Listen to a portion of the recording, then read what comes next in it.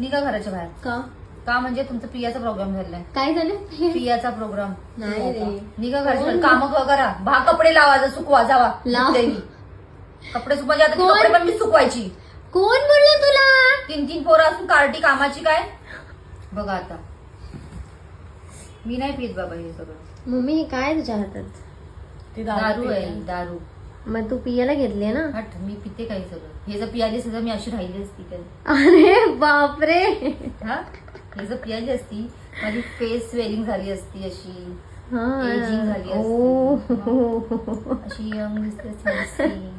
Mamma तो Serum नाही आहे जो तू आता ऍडव्हर्टाइजमेंट करते. बाबा मला तर जरा ना कशी लोक पितात मला हे कळत. बिअर कशी पितात. तोंडाने असं कटा हे बघ लगेच बोलला. पिणारा माणूस लगेच बोलला. पाहिल्यापेक्षा मी ज्यूस बनवून पिएन अनारचा. अनार का ज्यूस दोस्त. मस्तपैकी. आणि ते ह्याचं पिएन मी काय बीटचं ज्यूस, गाजरचं ज्यूस. त्यामुळे माझे डोळे चांगले राहतील, स्किन चांगली राहतील, रक्त वाढेल. ह्याच्याने आमचं दिमाग शांत काय राहतं. होतंय तुम्ही हे पिऊन पिऊन तुम्ही येडे झाले.